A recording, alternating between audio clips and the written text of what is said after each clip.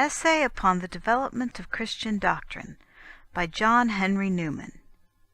Chapter 5, Section 7. Seventh Note, Chronic Vigor.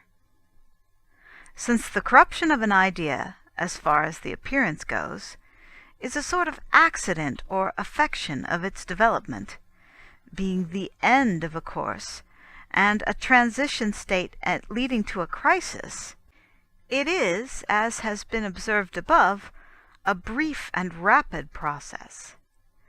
While ideas live in men's minds, they are ever enlarging into fuller development.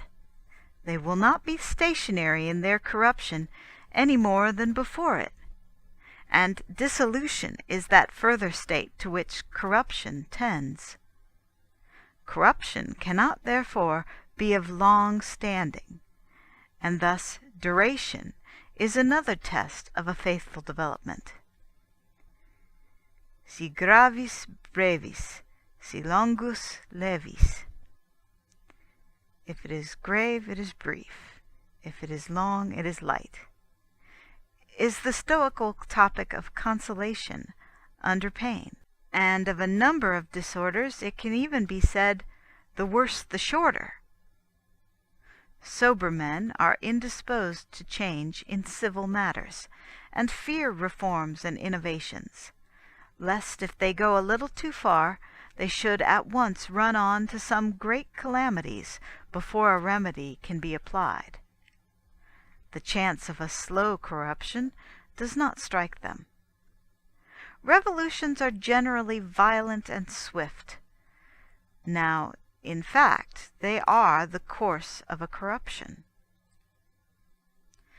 The course of heresies is always short.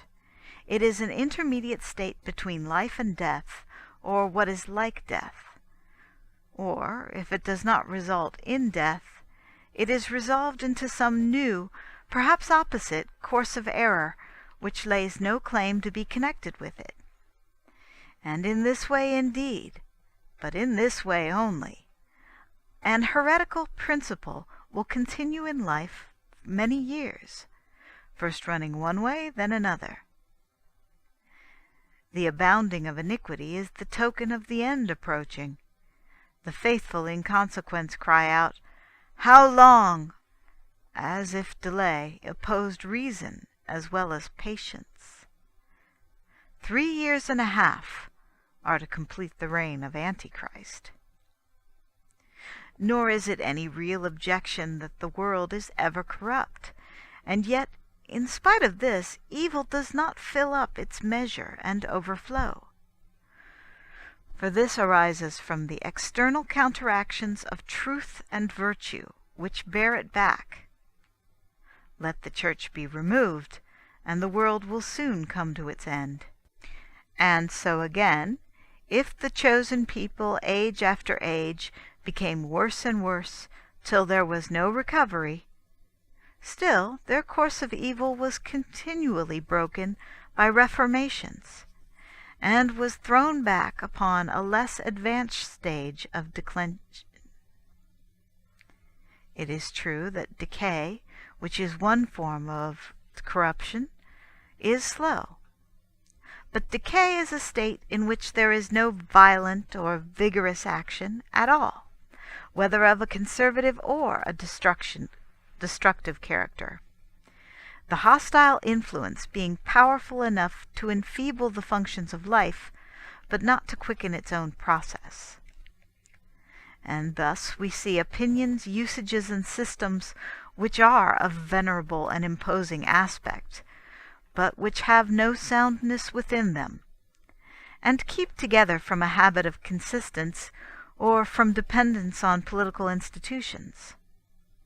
Or they become almost peculiarities of a country, or the habits of a race, or the fashions of society. And then, at length, perhaps, they go off suddenly and die out under the first rough influence from without. Such are the superstitions which pervade a population, like some ingrained dye or inveterate odor, and which at length come to an end, because nothing lasts forever, but which runs no course and has no history. Such was the established paganism of classical times, which was the fit subject of persecution, for its first breath made it crumble and disappear. Such, apparently, is the state of the Nestorian and Monophysite communions. Such might have been the condition of Christianity, had it been absorbed by the feudalism of the Middle Ages.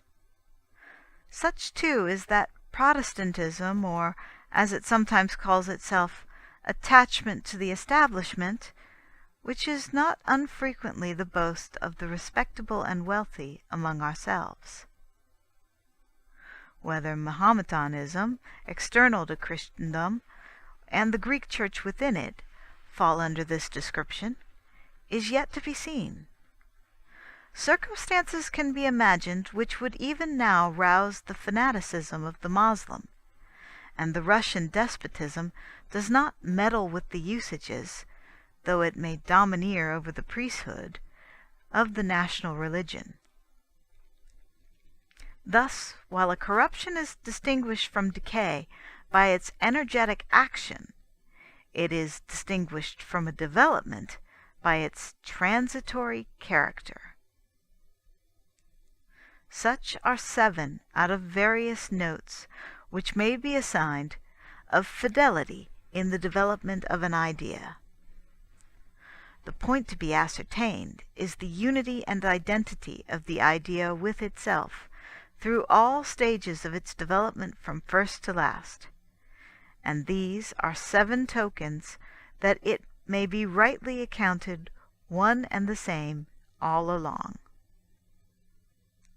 To guarantee its own substantial unity, it must be seen to be one in type, one in its system of principles, one in its unitive power towards externals, one in its logical consecutiveness, one in the witness of its early phases to its later, one in the protection which it later extends to its earlier, and one in its union of vigor with continuance, that is, in its tenacity.